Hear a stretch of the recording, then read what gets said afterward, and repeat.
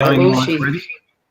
Okay. We are live. So, unfortunately, there are only 2 of us here at the moment instead of 3 of us. We're having some difficulty getting Dee onto the stream. We'll keep trying in the background, but here we are. Technical difficulties.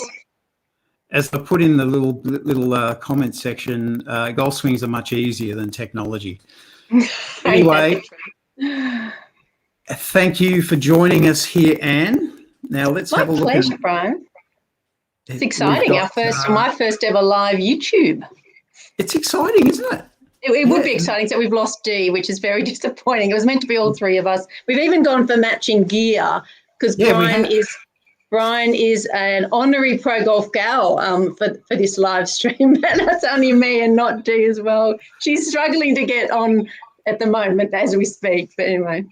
But we're going to try and get her on. Even if we have to get her on, I can hold my phone up close and we can get her on that way. So we'll do that. Now let's see, we've got Bob. He's waiting for the coffee pot. Very good, Bob Adkins. Divorce coffee. TV. Where's your G&T, Bob? Oh, Divorce TV. That sounds really good. She's on the bubbles, so I'm on the bubbles too. I've got. There we go, soda water. So yours sound a lot better. David Lee from the UK. It's a breezy, sunny UK. Bob, okay, Bob's from Ohio. Bob's from Ohio. Divorce TV's from Sydney. I love Sydney. I can't wait to get back to Sydney. I thought that's what he was watching before he switched over to us, Divorce TV. Could be. First reviewer, Hong Kong. Single wow, we've got so international, Brian, aren't we? Oh, we've even got Perth. Fantastic. We're all over the world. Amazing. We have. So this is quite good. Good. Okay, so what I might do, you start talking, Anne. We might go through, if you want to do your first tip, we'll go a bit out of order. I'm going to phone Dee, and I'll just get her on the phone, and I'll hold it up close to the microphone, and she can at least talk to everyone. Hello. Yeah. Someone's on the red in lockdown in Melbourne, Justin Murphy. If I didn't have to do this and talk and be conscious, I'd be with you, Justin. I think I'd be on the red too. All right, Anne, you go for it. Well, should I start off just quickly telling everyone a little bit about our Pro Golf Gals background? And while I do that, you can get Dee. Dee is the world's best golf coach, I reckon, but technology and Dee just don't mix at all. Every time we try and do anything like this, there's always a problem. Anyway, so Denise and I are both golf pros based in Australia. We grew up playing golf together, basically, and our first ever pro event was the same one in Belgium on the European tour. So we've known each other a really long time, and we decided about a year or so ago to get together and do some video tips, and that's how Pro Golf Gals was born. And Denise has been friends with Brian for a really long time. The whole sort of golfing fraternity, golf pro fraternity in Australia, everybody sort of knows everybody. Pretty small community down here. So that's how we came to be, and we're really enjoying doing all the tips. Hopefully you're all subscribed to our Pro Golf Gals channel and you're getting lots of golf tips. So I'm going to start off. We're going to do 6 tips, 2 each, that are designed around improving your golf from home. So I'll start off with my first one, which is about pitching. And something you can practice at home generally is pitching.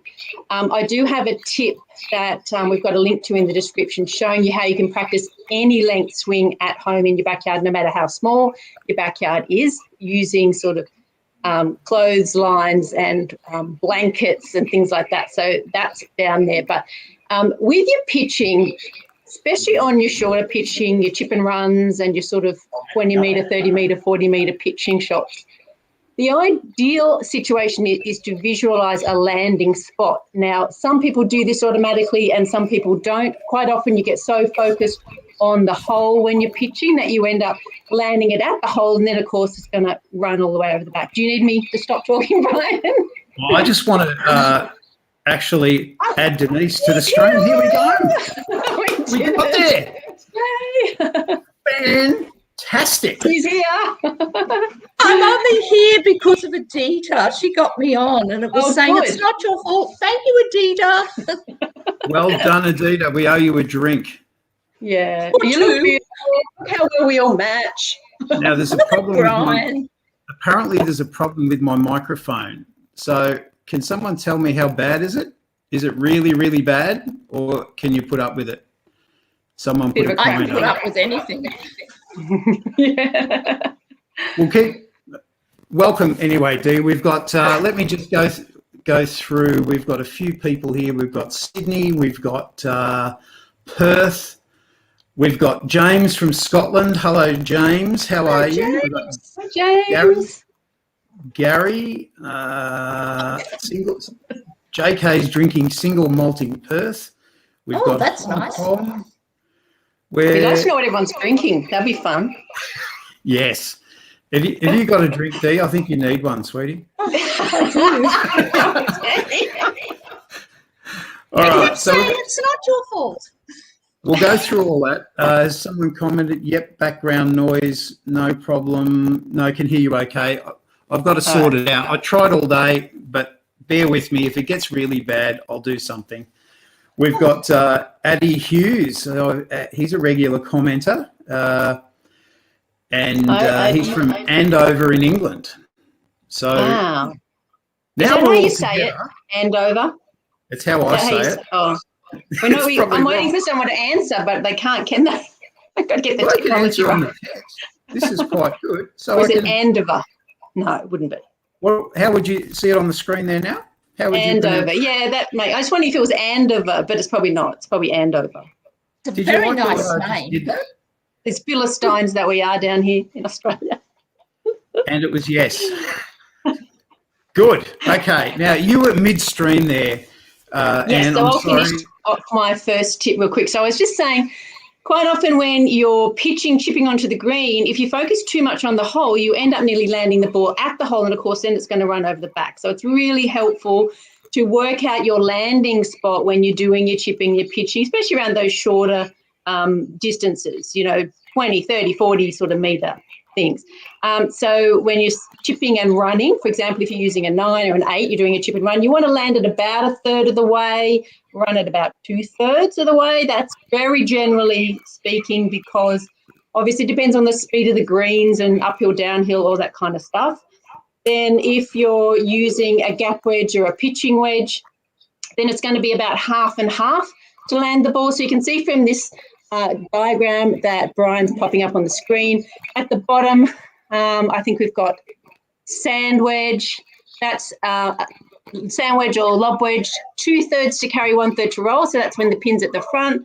Pitching wedge, gap wedge, about half and half. And your 8-iron or your 9-iron, if you're chipping and running, is 1/3, 2/3. Now, this little diagram is out of my Passport to Great Golf, which is a little tips book that I have that you can take onto the course with you, put it in your pocket. Tells you what to do when the ball's above your feet, below your feet, in the rough, all kinds of different tips that you might want to use when you're on the course. So that's my little pitching tip to start us off. I've also got a 4-week pitching course that goes through all the basics of pitching, all your sort of basic technique, when to chip, when to pitch, what's the difference, what clubs to use, all that sort of stuff. So hopefully that little pitching tip about working out your landing area is helpful.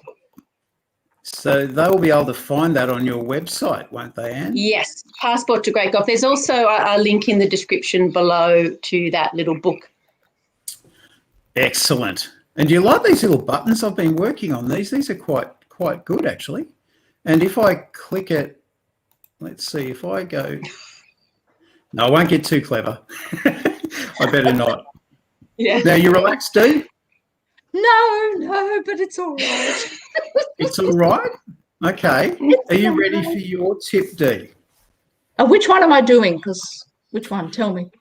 You were going to do, let me get my little run sheet here. This is I've got so two. I was going to do alignment and pre-shot routine, or Yep. the 5-minute warm-up when you're at The home? 5-minute warm-up, I think we were going to go with. Pete, now tell me, because my son was gorgeous, and you see these lights, he put lights out, so we've been working really hard. Wow, you look so professional, Dee. I know, and then I can't get on. God. Anyway, it's funny how your shirt looks a completely different pink to my shirt. Anyway, it's the lighting that my son the lighting, that's what I need. I need your lighting, Dee. Okay, Brian, are we ready? We're ready, Dee. Okay, so this, I know there's a video on it that all our viewers will get, but it's 5-minute warm-up that you can do at home. And it's basically working with some drills and things. But what I'd like to do is just, I'll get up and do it because I've got the lighting. So, and in my panic, I've got that as well. That's for something else. So the main thing we're wanting to do when we're doing our warm-up is, number one, just spend a little time. 2 things: getting your correct grip. Spend a bit of time getting the correct posture. Then the main drill I want you to do, hang on, got to duck away for a sec. Coming back, here I am, back with my golf club. So the main thing I want you to do, the 2 little warm-up drill is, I'm going to do some little chip shots, some little Ys, just working on my impact. So if I come in here really closely, you can just see it's Y back and Y through, and I'm following the pivot. So if you just did 2 of those, that would be great. Then the next one, because that's working with impact, now I want to do a little stretch and get my shoulder curl going. So I do a couple of those drills. You can do 2 or 5. And then I want to do a few hinging up and down to get the wrist action going. Make sure there's no lights. And then I'm just going to turn and combine. So it's a good stretch as well. I'll turn and combine that to get the feeling of where I need to be at the top of the backswing. And then when I do a couple of those, Sam's got his lights there. I'm going to swing back into the position and feel the stretch, Now, the drill I love the most, which is the downswing, so you'll do a couple of those. Go down your club, and you can do this inside on the footpath, in your garden. Back we go, and then we're just working on triggering the downswing, releasing the club down into this position, down, and then I'll come into my impact. I could have this little blue thing here. I'm probably taking up too much time because I know. No, we've got all the time in the world, Dee. This is valuable information. I'm quite rushed, you know. So here I go, and I'll come releasing down inside, not over the top. Back to my impact position. I'm using this here, back to the impact. Then I'll do a couple just going a little further. I'll head towards the camera now. Down, into impact, then through into the finish. So you can see I'm doing this in my living room, so you could do it at home. And then the drill I love the most, so I've done a couple of those. It's a good stretch. I'm puffing already. It's probably the frantic. Now what I do is I do the one I love. I love this drill. It was by Harvey Penick. It's the slow motion drill. So I don't know if I'll do it forwards, might be. Oh, no, I'll do it this way. We'll see. So I'm just going to go slowly back, really, really slowly, hinging and coiling as I'm going slowly back. Then I'm triggering the downswing, coming through. I think I'm going to hit my window here. I am. Just move back. And I'm going to come through slowly, slowly, slowly into a good finish position. So you could do a couple of those. And I think what's so great about this, Brian, Annie, and everyone on, is that it allows you to go through several drills. I've probably skipped a couple. But they are on the video, and it's just a 5-minute drill that you can do at home. And I promise you, if you do these drills at home, in your backyard, on the footpath, you don't have to hit golf balls. You're certainly going to be improving your swing, which will hopefully help your scoring. And with what Annie said also with the pitching and what Brian's going to do, your game can only get better and better. So I hope that helped. Wasn't so quite is that good for warming up before you play as well, those same ones? No, I don't think so. I think there's some really good warm-up drills. I just do those at home. I've been wanting to do 5 of each drill. So it might take a little longer than 5 minutes. I was just rushing it. So it improves your flexibility and all the right muscles and stuff like that? Yeah, I think more importantly, Annie, it's kind of improving. You're working on getting your correct posture, your correct grip. It's working on your wrist hinge. It's totally working on getting your golf swing as good as your golf swing can be without actually having to hit a golf ball. Even if you did hit a golf ball, I'd do a couple of drills and then hit some balls after. But we're doing what we can do at home, so you can't hit golf balls at home. Are you kneeling there? You can. Am I kneeling? Yes, I'm kneeling on my golf club, as I always do, because I love Where's your chair? the blue thing's resting on it. Oh, okay. Do you know comfortable? Do you know the old saying? There's an old saying that nothing ruins a golf swing more than putting a ball in front of it. That's Everyone's very got a great golf swing. Game without a ball. Absolutely. Now we've got some comments here. Divorce TV was asking, I think this was in reference to you, Annie, about is the chipper okay? No. Sorry, Divorce TV. We all hate the chipper, don't we? As golf pros, we hate the chipper. I actually Can I think tell we have you a why bag. we hate the chipper? Do you hate the chipper too, Brian, don't you? Oh, we've got a bag full of chippers. Do you like them? No, I hate them, but we've got enough clubs in our bag. We can chip with every club in Yes, the bag. yes. I thought you meant you had a bag full of chippers.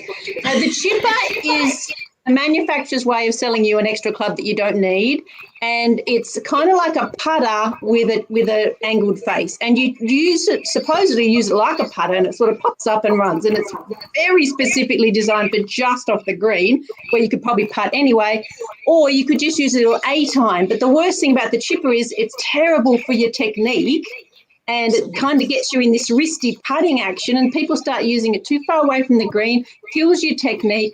I and most golf pros hate the chipper, and you don't need it anyway. Just use a little 8-iron or just putt when you're just off the green. You don't need it. We don't like it. It kills your technique. Agree 100%, Annie. It's the biggest destroyer of a golf swing. People use their chipper, they start using it for 50, 100 metres out, and their swing is gone. Totally agree. Sorry. However, I agree with What do you you all. think, Brian? What do you think? Come on, Brian. What do you reckon? If Divorce TV likes it and it works for her, there's no need to change. Is Divorce TV a man or a woman? Oh, we don't know. I think it's a woman, and she says, "Oh well, I'll put the this is her comment." Oh, okay. Hi, Divorce TV. If you love it, you go with it. You've got to love what you love. Just don't use it too far away from the green. Don't use it too far away, whatever you do. Yeah. Her name is Lisa. Lisa, we've got to remember that. Lisa. Hi, Lisa. That sounds better than Divorce TV. Basically, I always say that it doesn't really matter what I believe. If you're doing something and it's working well for you, even if it's crazy, stick with it, because if it's working, there's no need to change it. As long as it doesn't start to impact your good technique on your actual chipping, because your technique designed for a chipper with chipping with a 8-iron or something is different to what they're wanting you to do with the chipper. That's the only thing I'd say. If you can make sure you keep your good technique when you're actually chipping with an 8 or a 7 or something like that. That's the only thing I would say. Brian, but I think you're right, Brian and Annie. You know, it depends what makes you happy, and the idea is whatever we do, let's make us be happy golfers. So I think, Lisa, you know, keep doing if it's working for you, you keep with it. Maybe down the track you might decide to change, but love it while you love it.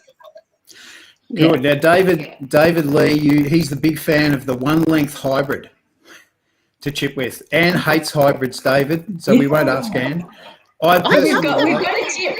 We've got a tip Denise and I did on should you chip with a hybrid. Can we put a link to that too, Brian? I know you haven't got that yet, but I will try to do that. We won't be changing David's mind, and I think for the average person, I think that the hybrid is great. Fairway wood, and I'm a weird golf pro because I actually make people use drivers occasionally to chip with. That's a hoot. Have you ever tried that? No, I've used a 3-wood, but not a driver. But I think, you know, the courses tell us what to do. Yeah, exactly. I reckon just try everything and see what works. Yeah. Lisa says it's improved her game and score, and it always gets her on the green, so she's happy. Very good. And David's hybrid is a 7-iron length. Good. Oh, So what? I think it's my turn for a tip. It is. I'm going to find. Where am I going to do this? I've got to share a screen. Here we go. There's a lot of technology on here. So my tip is a bit strange. There we go. Allow. There we go. So I did this on my back deck, and I put a bit of shade cloth on the back deck, and I got a towel. And you might think, what on earth is Brian doing here? Well, I'm actually using it to practice bunker shots. And this is one of the most effective ways to practice bunker shots at home because it feels real. So I would be getting that towel, folding it lengthways and then into quarters, pop it on the ground, and even without a ball initially, just practice hitting the towel and moving that towel toward the chair. Because if you're hitting and moving the towel forwards, you're actually getting the club accelerating through the ball. Not too fast, just getting the momentum traveling. And you can just see the ball rising just up here, and then we go to another still, and you can see the ball up there. So I could actually, I've done it with this table over to my left that's behind me, and I've tried to hit the ball over the table. So if you imagine using a plastic golf ball and trying to do that, you'll really be able to practice that at home. It's a great drill. So I came up with that. Brian, do you need to have a certain thickness of towel? No, thicker the better, but it depends. Coming from Melbourne, we have very fine sand, so we wouldn't have too thick a towel, but it really doesn't matter. It's just a drill that you just make sure you practice hitting the towel and moving the towel forwards. It's really good for the tummy. You've got to bend down, pick the towel up, fold it, and don't tell my wife, but I'm actually pretty good at folding towels, but don't let anyone tell her. Don't please. use your wife's best white towel, probably, either. Would I do that? Yeah, I probably would. And you fold it how many times, Brian? Like how many layers of towel? Just so you're not going to hit and hurt your wrist, possibly. Yeah. You shouldn't. I don't think you can hurt your wrist unless you're coming down really steep. But you just take the towel, fold it in half, and fold it in half again. Okay, perfect. That's a great idea.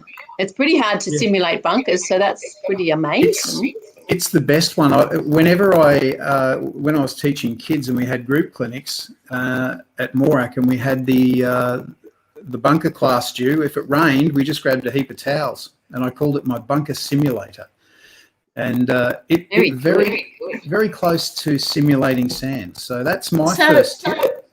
That's great, Brian. Is that like the sand? The towel acts like the sand, like it's the sand that allows the ball to go out. You're not trying to hit the ball, so it's the towel and the sand. Yeah, you actually try and get the towel caught between the club face and the ball. So what I can probably do, if I can share another screen. Let me select which one it is. It's no, it's not in there. Okay. But you're aiming to hit a couple of inches for the ball, like you would a normal bunker shot, aren't you, Brian? You are. Yeah, basically, all we're trying to do is. Sorry, I'm trying to do something here. I want to do this. I've got to get out of it. Sorry. We are going to go to here. I'll allow it. And then I'll stop sharing and we'll be right. So, yeah, you try to trap that towel between the club face and the ball. So there's a link to the video in the description of this, and there's a link to all of our videos in there.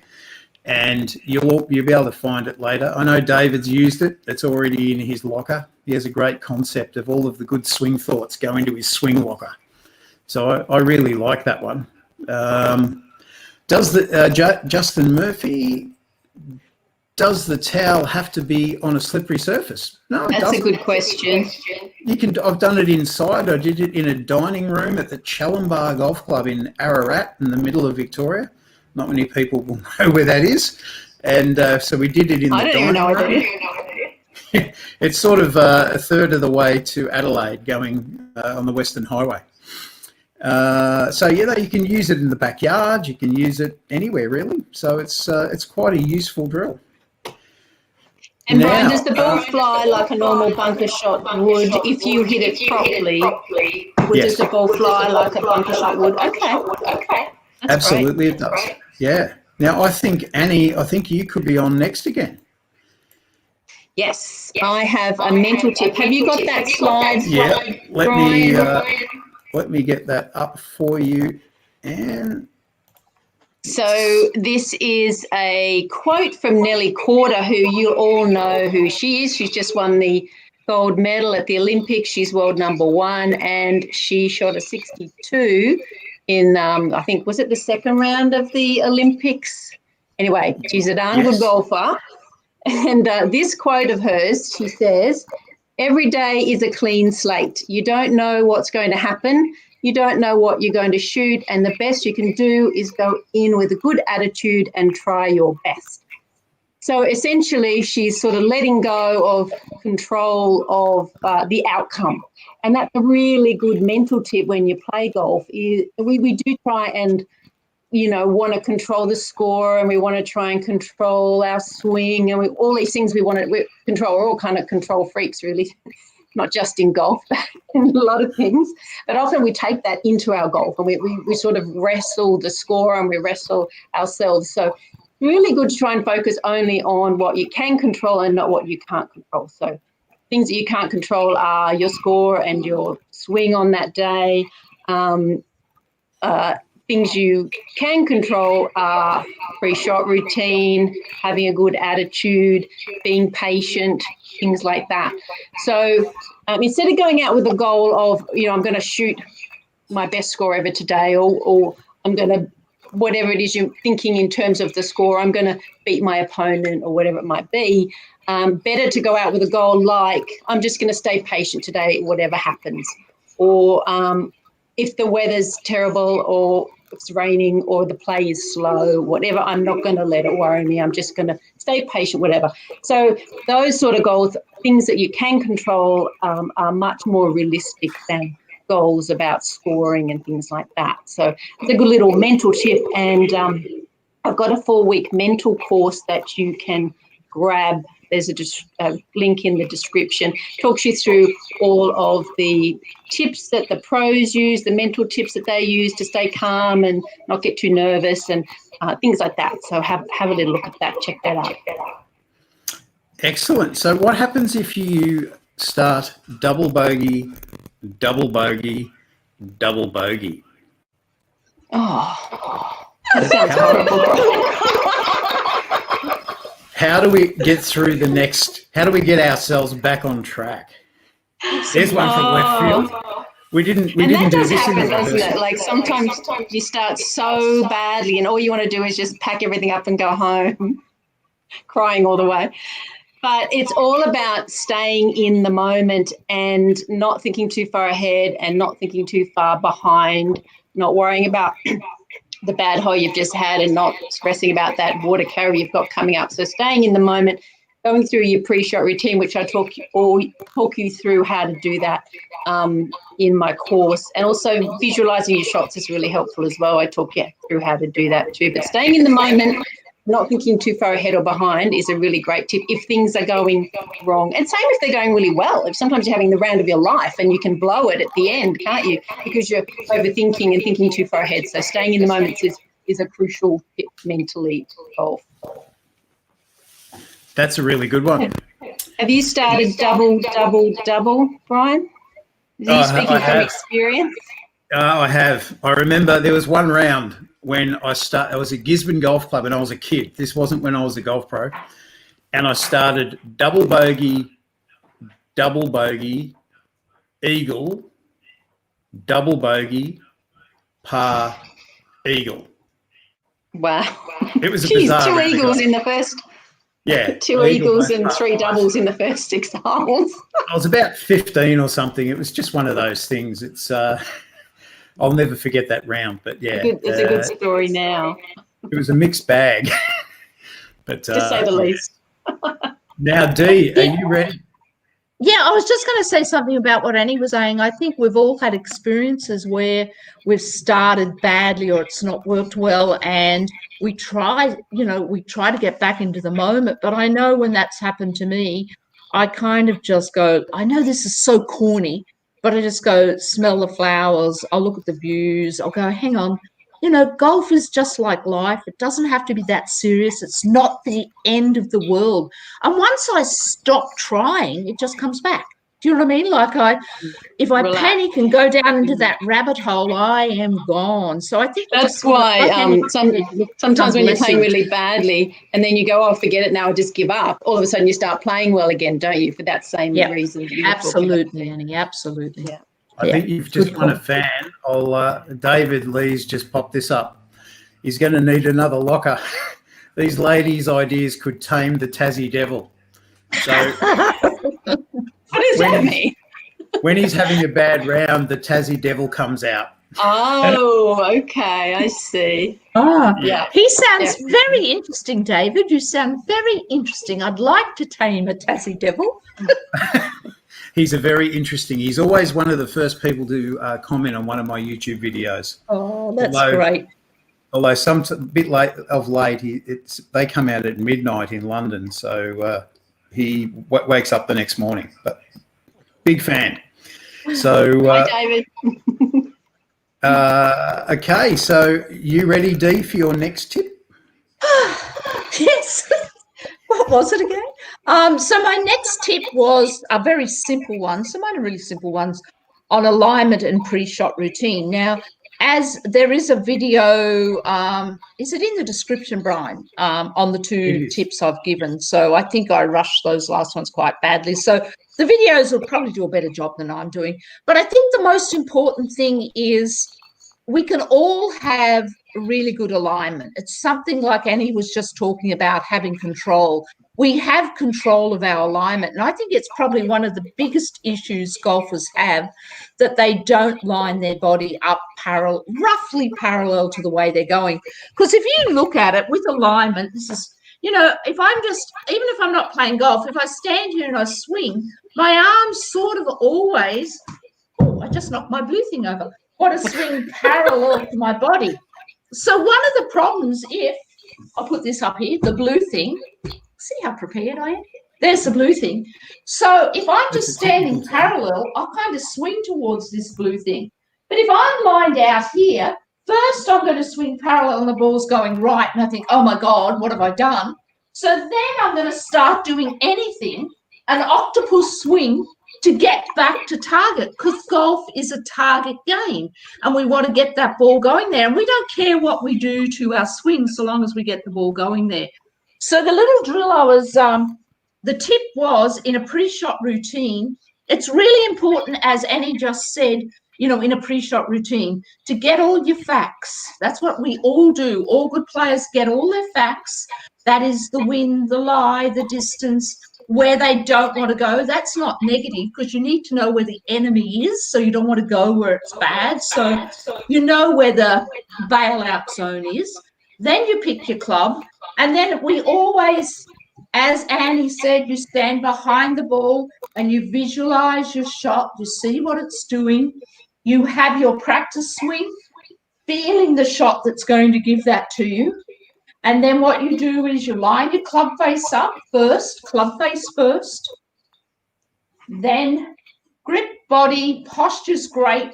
Then you unclutter your mind and you let go. And the most important thing when you're letting go is that there's no clutter, but then you must accept whatever the result is. Because like Anne just said, you can control certain things, but there's certain things you can't. So you must just say, okay, I did everything I could that I had control of. I accept and I move on. I find my ball and I play the next shot. So alignment's really, really important. And I did set up, here we go. I did set up like some little alignment rods. So I think when I'm practicing, I always have sticks either vertically or out in front of me. So I feel like that I'm going through a tunnel. I feel like I'm going through a tunnel, and I'm trying to make sure my body's relatively parallel. So how much time have I got, Brian? Don't want to run out. You've got all the time in the world. Oh, okay. Okay. If this is my Don't target, say that, Brian. You'll honestly, you'll never. She loves to chat. You're in trouble. So if this is the target, you can see my body. That my body is not going to be lined up at the target. My body is always going to be running relatively parallel. Some people might be slightly closed, some slightly open, but not to a huge degree. So I think it's really important for that pre-shot routine to make sure you got your facts, see what you want, feel what you want, let go of the clutter in your mind as you're swinging, and trust and accept. And make sure you're at least aiming. Yes. So did someone say something? No. Lisa says so feet, body, etc. I think it's club, feet. Club first. Club first. I always go club, grip, tilt forward. Then my feet are basically the last thing I put in my final shot. In my final position. Feet are last. Not first. And you want feet, hips, and shoulders are all parallel, aren't they? I think relatively parallel, Annie, because some people might have slightly closed stance, some slightly open, but most people, their shoulders are relatively parallel, but I think the feet can change a little bit, and that can help people with, if you close your stance, meaning you move your trail foot back a little bit, that can help you get a more in-to-out path on the way through. So you kind of work with what people have got. We don't want to fit everyone into the same box. We want people to be who they are, and we're all uniquely different. So we want people to just... I like your idea of having a couple of sticks down when you're practicing, or a couple of clubs is great. If you haven't got the sticks, just lay them parallel and then just use that as a guide when you're practicing. And then you can take that good habit out onto the course, can't you? Of course, it'd be interesting, like with you and Brian also, like when I practice, I actually like to have my two sticks out in front and I'm further behind. I like the sticks out there because when I'm playing, I don't want to be just looking down at my feet. I want to be out there. I want to be out there, not it's a good visual. Close to myself. Yeah, and it gives me a little alleyway, which helps. What about you, Brian? I love doing that. I also enjoy putting two alignment sticks in the ground, acting as little goalposts. Yeah, I love that. I think you'll see that on that video I put up. I put little noodles on them. Yes. Yeah, I love that. True. That's where you get incredible distance from your coffee cup. Oh, the coffee cup. That was so fun. I did that on Sunday. I've got to tell the viewers, I was doing that Sunday because I was filming it for today, and I thought, I just had a coffee, so I thought I'll put the coffee cup down, and I had a ball on it. Then I thought, oh no, we can't hit a ball in the backyard. So I took the ball off, and I said I was going to have a little baby draw. So the coffee cup should go just to the right of the pink noodle, and the lid should go straight. I only did it once, and it worked. Such fun. Perfectly. And of course, being the really good golf pro that you are, is when you do something the first time and it works, you walk away, you don't do it again. It's so right. Now, Gary has asked a question. Can you see the question, Dee, on your screen? What do you point the sticks at? The flag or 10 o'clock? So I think that's to encourage swing path. I think Gary's getting. Oh, yes. So, no, what I always do, I always have the sticks pointing in the direction I want the ball to start. And then if I want to get a little draw, I'll just feel like that could be a bit complicated. I'm swinging a little bit to the right. If I want to fade, I swing a little bit to the left. Actually, this week's tip is Denise showing everyone how to hit a baby draw for ProGolfGals. So that comes out on Friday, so look out for that one. And Dee explains exactly how to hit that by doing what you're saying, by starting off your swing on the correct path. But that was a great question. I remember reading something, Brian and Annie, and I use it a lot in my teaching. I say the flag stick is the final destination. It's not always the target. I didn't make that up. Someone else said it. I would almost so go you started off on a different path. Yeah. I would actually say that people shouldn't be going for the flag stick in most Absolutely. cases. Yep. So the flag stick's a distraction. Yeah, it's a fun, and it's like often we get those sucker pins, don't we, where people think they've got to go for the flag stick. But Yes. all people, not just amateurs, pros, everyone. Sometimes we just kind of want to gamble a little bit more than we probably should. Yes. So Gary's just said, so point at the start of the flight path. That would be, you could do that easily, Gary. That's a good take. Thanks, now, Gary. Now I'm going to try something Gary. here. Question. This feedback's going to be bad, so I'll keep it to a minimum. But actually, I'll take myself out. Let me. Don't take yourself out, Brian. Yeah, I'll just take it out. There's a bit of feedback. I'll do it in a minute, but I've actually got some training aids that I've located from home. And the first one, let me make me in the bigger one. Okay. So the first one is one of these things. I think you've all got one of these home. This is one of the best grip training aids you can get. Now, if you want, I've got a sale on my website and I can sell you one for $300 if you'd like. But wait, you'll get a set of steak knives. No, only joking. You just have a remote control. Now, what I like about the remote control is when we take the grip, let me try and turn this around. If I grip with my thumb on top, I don't want it over the remote control. I want it on top of the remote control. Then when I take my right hand grip, I don't want my thumb on top. Is that angle better? That's it. I want it over the top a little bit.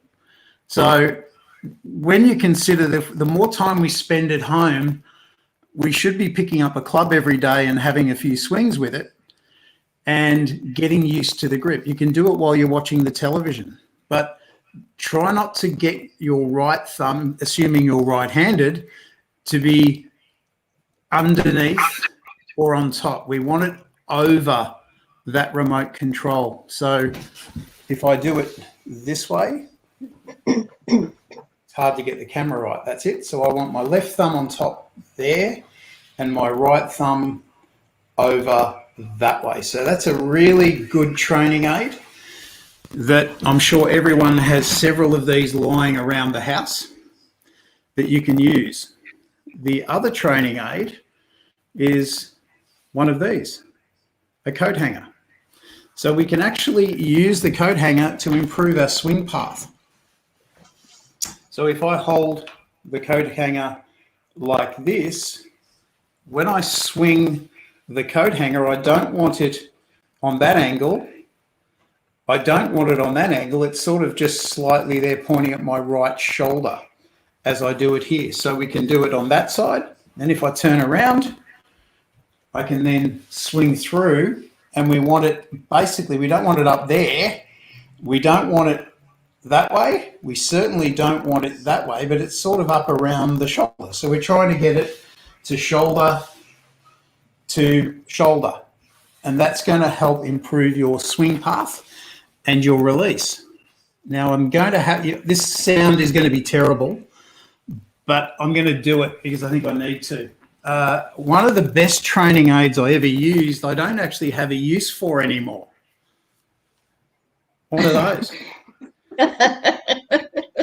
Why don't you, I Brian? can use that.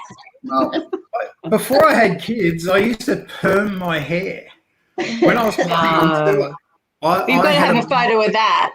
I'm not putting that up, don't worry. I put some others on Instagram recently, but I'm not putting that one up. But no, I used to have the mullet and it was all permed and very good. But this is a really good training aid for putting. So the feedback is going to be terrible. So just turn the sound down and I'll do a Marcel Marceau and we'll see how it goes. In fact, I'll make it bigger.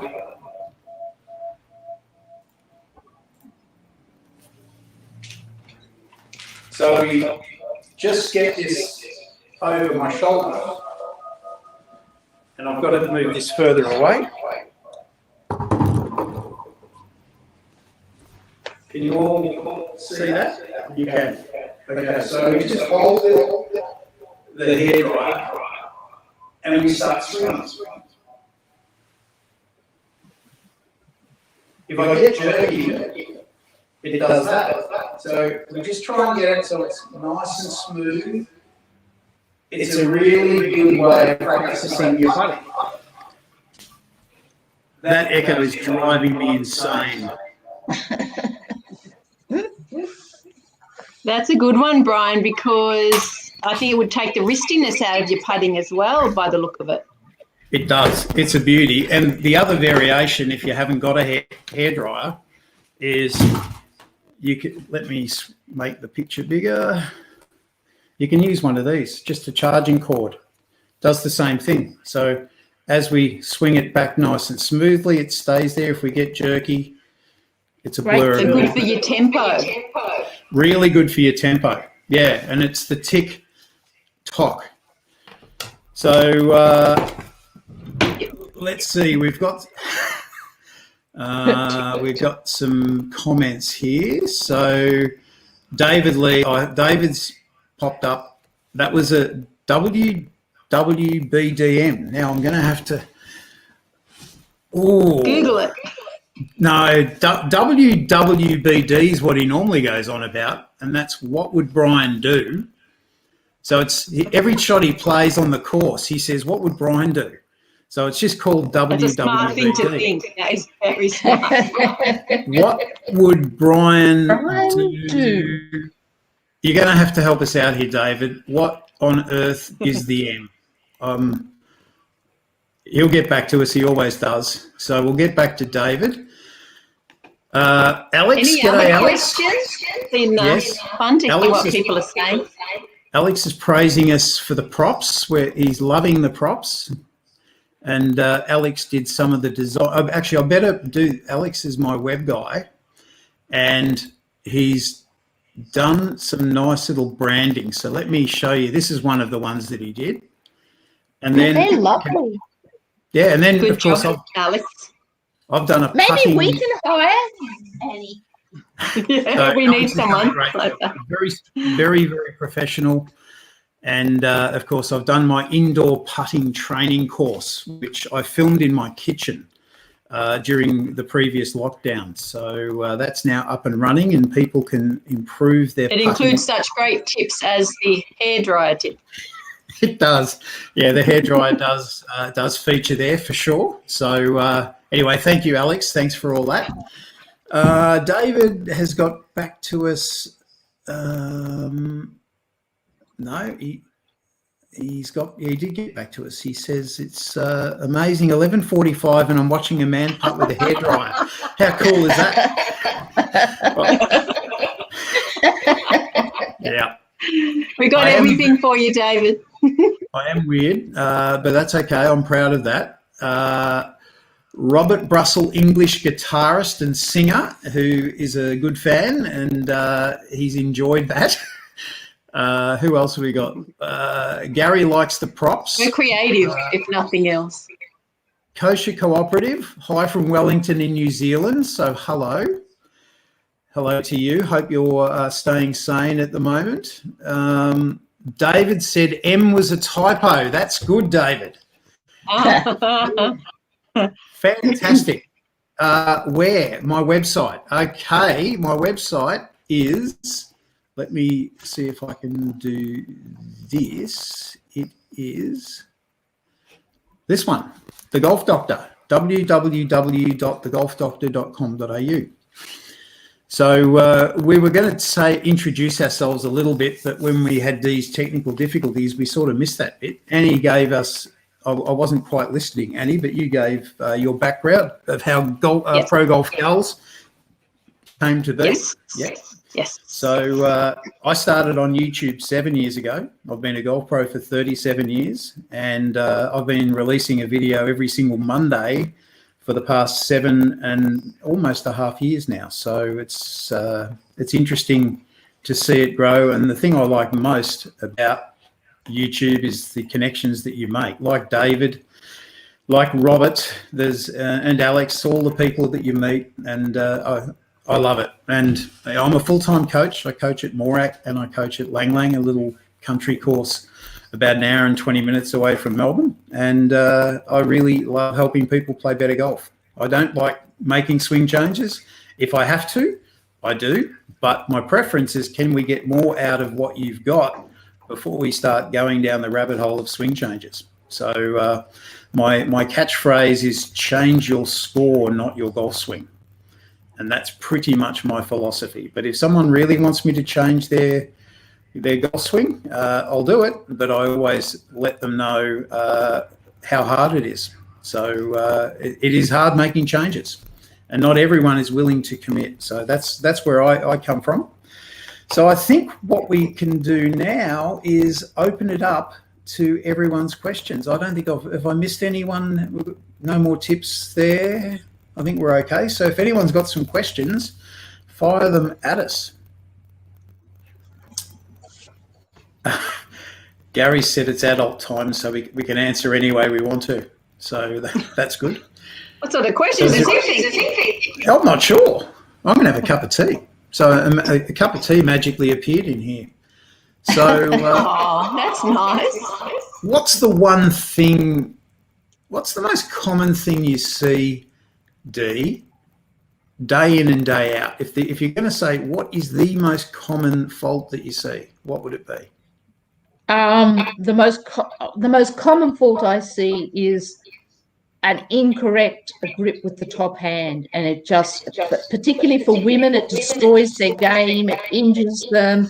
So I'll show you just here. The biggest thing I see, and I like once the grip's out, is that everyone. Can you see my hand? Yes, it's not. Yes. Everyone has the club too high in their palm rather than on the little. Now we can't see it, Dee.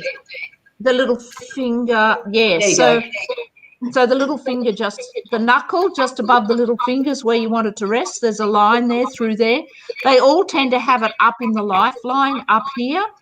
That would be without a doubt and then particularly for women, their wrists working this way.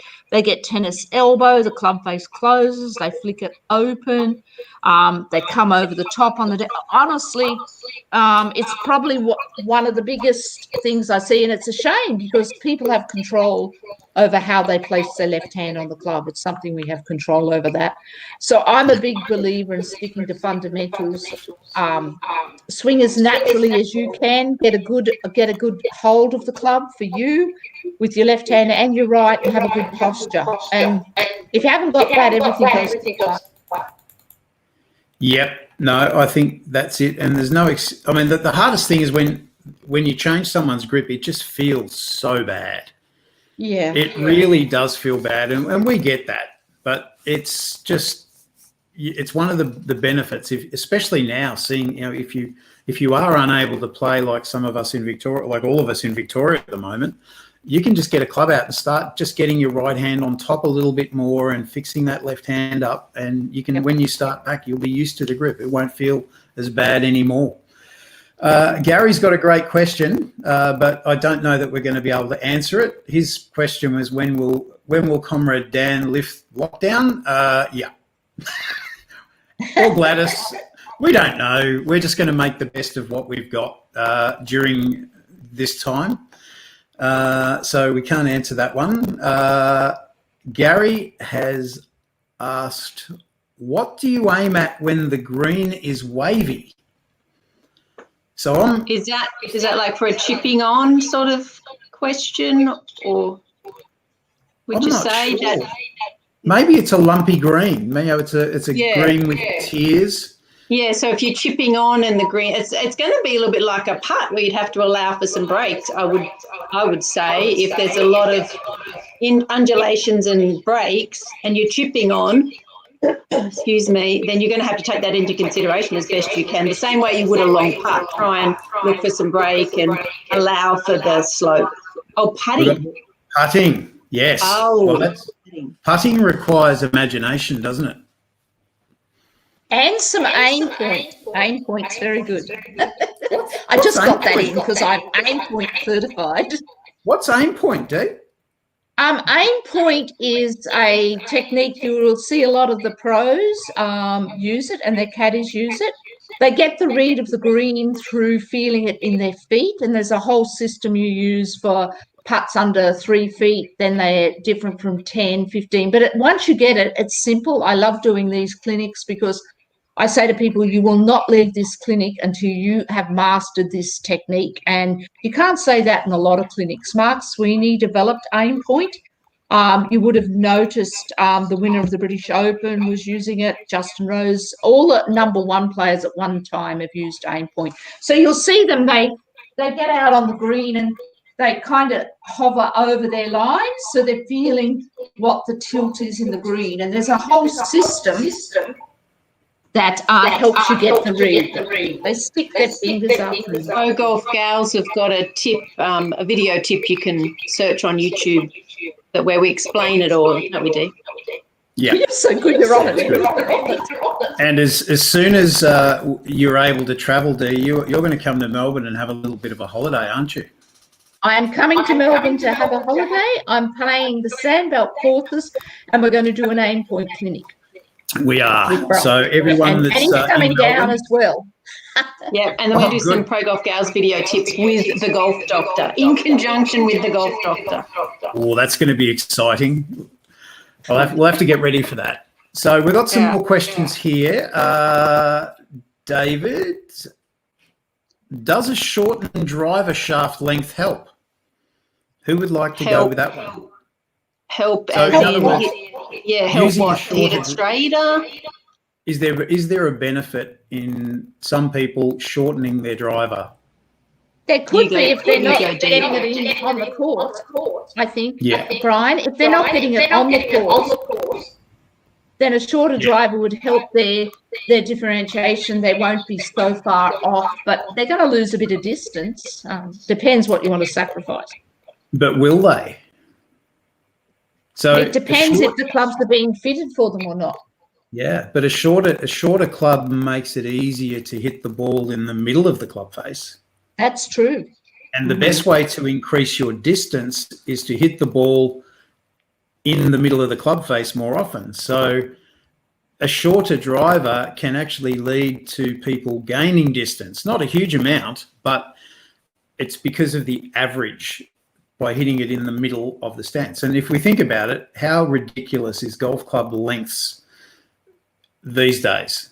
Yeah, we used to use 43-inch drivers, and I remember I was really out there and I used a 44-inch, and now they're 45 and 46, and they've put a limit on it to 48. So it's crazy. But I think there's a lot of merit in that, David. Not for everyone, but it's certainly worth trying. Do you think, Brian, I've just got a question for you. Do you think, though, also, if you've got a driver, I think the biggest destroyer of drivers is getting lofts that are too less, because if you can't generate a lot of club head speed, having a 10-degree, 8-degree driver is not going to help you at all. No. Would you agree? Loft is your friend with slower club head speeds. The faster the club head speed, the less loft you have. So, it's 6 degrees is not uncommon on the PGA Tour. But for someone that's slower, you definitely get more distance and hit it straighter with more loft. So more 12 degrees. Yeah. So, and who optimizes their driver?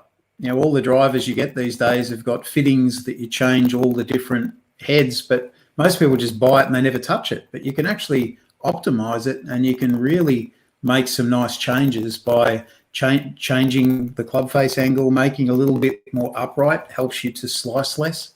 There's all sorts of things you can do that people just don't do it. David has said that it changed his game overnight when he shortened it. Wow. So it's made a big difference to David.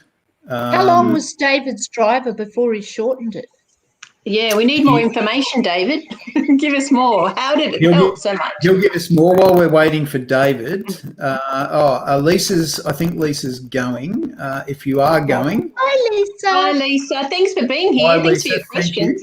Thanks for coming, and enjoy it. And I hope you've got a little dribble of those bubbles left just for a little nightcap. Oh, lovely. Gary said, not those silly fingers in the air. Well, that's part. He's referring to aim point. So yeah, it is that, but it's more than just fingers in the air. And it's more than fingers in the air, Gary. It's more than fingers in the air.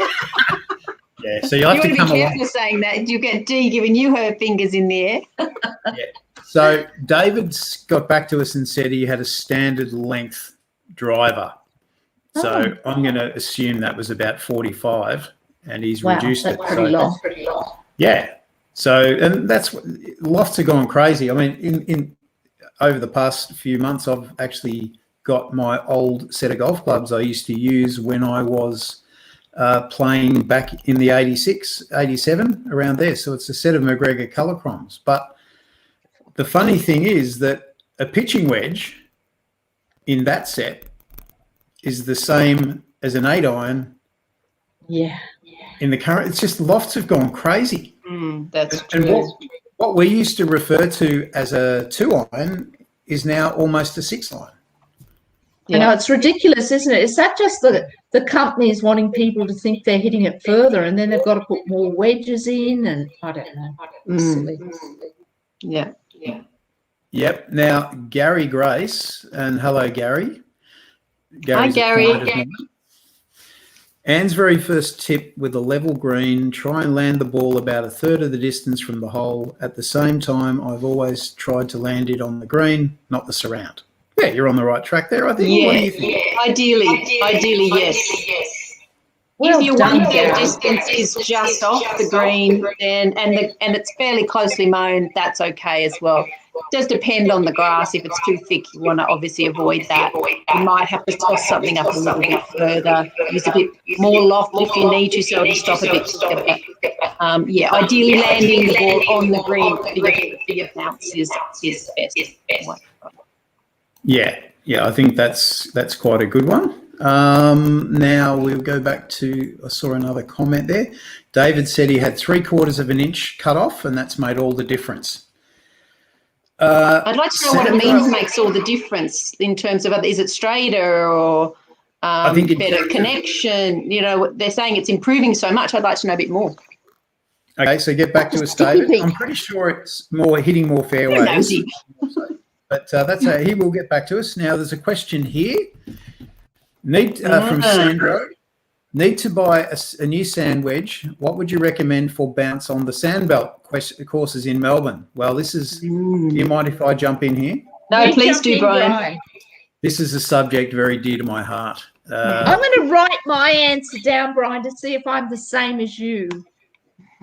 Yeah, we actually haven't had these intimate discussions, have we, Dee? I'm going to write this and see if I'm right. You answer. Okay, so sandbelt bunkers don't have much sand in them. They're very fine, powdery, and there's not a lot of sand. So with good technique is what I start with good technique. And if you haven't got good technique, come and see me and I will give you the good technique. But with good technique, you need a lower bounce sand wedge in Melbourne to what you need everywhere else.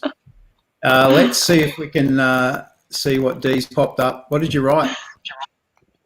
Low bounce. Less bounce. Less bounce. We agree. Yeah, we do. That's good. We've done a tip on this as well, haven't we, Dee? We've got one called What the Heck is Bounce? If you want to check that one out. Sorry, Brian, keep going.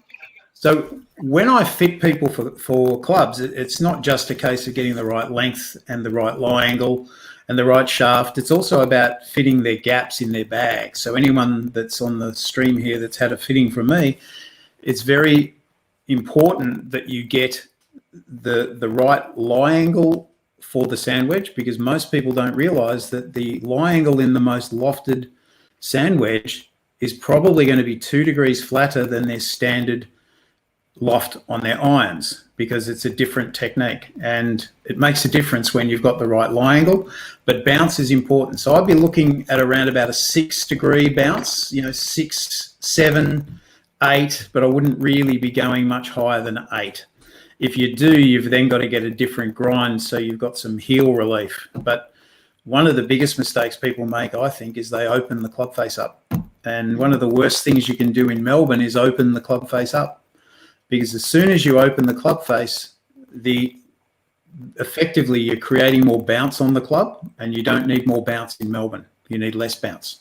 It's very trendy, isn't it, at the moment, with all the good players opening up the sand wedge. It always makes me nervous, especially on tight lies, Brian. Yeah, but when we see the good players, Anne, where do we see them? On the best courses. In America, basically. America. But even like my son, who's a good player, and, you know, it's trendy amongst him and his mates to open it up. And I just, just makes me a little bit nervous for the average golfer. Yeah. That was a great answer, Brian. Great answer. I loved it. Thank you. I always try and get people to play a variety. You know, once they can get out, I teach them the relationship to bounce. So we open it up, we close it, and if you can control the club and let the club do the work, bunker shots are so much easier. Mm-hmm. So I hope that answers that one for you, Sandro. David has got back to us, and his answer is more control in the swing, easier to shape, hitting more from the middle of the face. As you said. Biggest improvement is confidence, confidence, and confidence. Fantastic. And even if something doesn't make sense, if it works, it's really do it. Absolutely. If it works, do it. Absolutely. Yep. I think this one's got Dee's name written all over it. It's Gary, back to putting. Aim point is a mystery, but so is Plumb Bob. Oh, actually, of the three of us, there is one Plumb Bob expert amongst us. No, not an expert. I do have a video tip on plumb bobbing though, and it's got about 60,000 views. It's one of my most viewed video tips, so that might help you if you search how to plumb bob in Anne Rollo Golf. Hard for me to understand. It is a hard one to understand, and there's a debate that it doesn't actually work anyway. It's more of a confidence booster. What do you reckon, guys? Did you used to plumb bob when you played? I used to, and then I used to feel it in my feet, and my husband, who was caddying for me, he'd say, "Oh, it's breaking this way," and I'd say, "No, it's breaking the other," and he'd say, "How do you know?" And I go, "I don't know, I feel it in the feet." And I swear, I used to think I'd been given this God-given talent that was coming down to me, but I didn't know that it was aim point, but nowhere near as precise as aim point. Seriously, Gary, aim point has been scientifically proven, but the problem is there's a few tips out there, and naturally you don't get it all in those tips. So there's some hidden features that you don't get, unfortunately, unless you go to an aim point coach who's got all the little tricks up their sleeve for you. But I don't know, is Gary in Melbourne? Because they've got a few aim point coaches down there, Brian, as well, or we could just wait till we get down there. Well, if he is, we'll certainly be doing one. But let us know where you are, Gary, where you're from. You may have earlier, and I've missed it. It goes here. So Sandro's happy with that, so that's good. What are we going? Okay. Gary, waste of time and misleading because weight is not immediately below the shaft. I'm not quite sure what you're referring to there, Gary. So I'm not quite there. Gary Westbrook is in Melbourne. So come on down. Good. Well done. Well done, Gary. So, anytime you want to chat, feel free. I'm not sure what part of Melbourne you are, but when Dee comes down, I'll be putting it on my newsletter and letting everyone know. So if you're not subscribed to my newsletter, just go to my website, thegolfdoctor.com.au, and you'll be able to subscribe to my newsletter and get all of our information and advanced, well, not advanced, but you'll be notified of my tip every month. Very worthwhile tips. Monday morning at 9 o'clock. I definitely don't bombard people with email. Any more that's questions? That one. So I don't think so.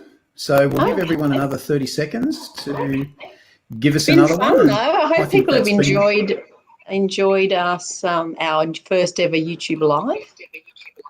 Yes, and in the main, this has worked pretty well. Once we got Dee on board, it was good. That was so terrifying.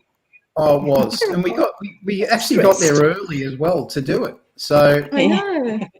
So the Pro Golf Gals website is progolfgals.com.au, and you produce videos that come out every Monday. Is that every Friday? Friday, yes. And we do 3-day golf schools as well on about an hour north of Sydney, once a month, 3-day golf schools. So once we all open up again, those would be fun to come to. I can't wait to get up there. I've seen that QandA Waters, is it? QandA Waters Golf Resort. Yeah, beautiful. It looks good on your videos, so I look forward to doing something up there. So that's good. We'll improve your game for you, Brian. With your new wedges. I've got a brand new set of golf clubs that I actually just hit the other day for the first time, and so I sort of, just before I started filming, I had to take the plastic wrappers off, and that was the video. So you got those as well as that set that was like a replica of your ones you had growing up. So 2 new sets of golf clubs in the last few weeks. I've got golf clubs coming out of my ears. I'll show you. Nothing like being at home with your golf clubs. Yeah, out the back swinging them all day. This is the set. They were McGregor colour chroms, and they've got copper all the way around, but whoever had them used to hit mostly pretty in the middle. Out the middle. Jeez, that's pretty good. They've worn it out. So they're very worn, but I just love the look of them. And they're beautiful looking clubs. They are, and I've still got my original driver and my original fairway wood that I used to use back then. So that's all in the bag, and I'm going to take them all out and have a bit of a hit. Now, I bet you're going to video yourself doing that, Brian, aren't you? I reckon that. I've got some ideas for some videos. Yes. Once we're allowed to do it. Yeah, see what the difference is, how it feels and how much distance you might lose potentially. But also, I'll put one in the trees and see how far I can slice a 5-iron with the old blade versus a good idea. The current one. So we'll see. So Justin said, great session, guys. Robert Brussels said he enjoyed it. Good, Robert. Marie Blake, thank you. More practice needed. Oh, Marie. Hello, Marie. Nice to see you. She's from Bonnie Doon. Yay. Oh, excellent. Great course, Bonnie Doon. Here we go. You can electronic massage guns, beneficial or not? Thanks, David. Have you ever used an electronic massage gun, Dee? I don't think it's a gun. It's just one of those handheld massager type things. I think he could try that. I think that would be fun. I think David should have a go with that. The massage gun. Any comments there, Annie? Is that if you've got aches and pains? Yes. Oh, why else I have no idea at all. That would not be my area of expertise. There's a few young people. Annie, there's a few young people using a new super massage gun. I saw them the other day, and they use it rather than warming up. Because I said, "What are you doing?" Wow. Maybe we should do a tip on that, Dee. We'll get one and try it out. Similar to the hairdryer thingy. So I reckon, David, you could use the massage gun as the training aid. So, I think you could probably combine both. And thanks, Gary. Very good. And he's using one already for his knee, and it's working really well, he said. Oh, good. So that's good. I think we've got that. No, we've missed that. Yeah, good. Okay. I think that's pretty much it. So thank you, everyone, for joining. Thank you, Annie. Thank you, Dee. Thank you, Brian, for organising it all. Thanks, everyone, for being here. Hope you enjoyed it. We enjoyed it. Yeah, we did. And thank you, Brian. And we'll see you soon. Stay safe. Yeah, very, very much. And we'll all be back on the course soon. See ya. Bye.